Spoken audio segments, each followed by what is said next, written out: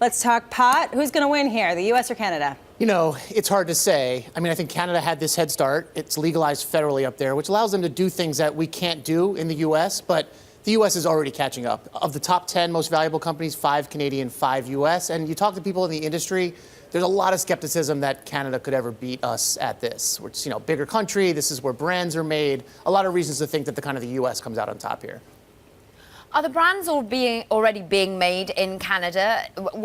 Who currently at the moment has any sort of brand value when it comes to US versus Canada? The brands with value are in California, to be perfectly honest. You know, Canada has really restricted the way you can market. I'm shocked, by the way. You basically can't do branding. But look, California is fifth or sixth largest economy in the world.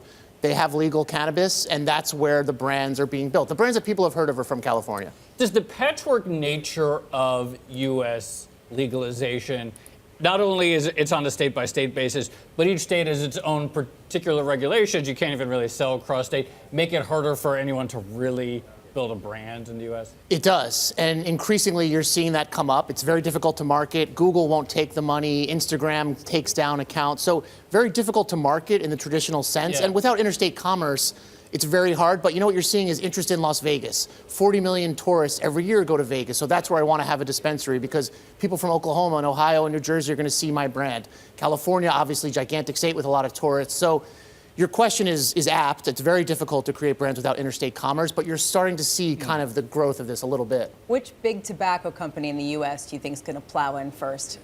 You know, it won't happen until something changes federally. I don't think that those guys are going to touch it. What I've been told about the tobacco companies, they are so stung by the regulatory pressure they're under. They're not going to poke the bear when it comes to this. They're not going to do anything risky. So until you get federal legalization, which I think is a ways off if you're talking about marijuana, I don't think the tobacco guys are going to touch it. They could go into Canada, but even that, I think, just because of their history with regulators, probably, you know, is unlikely.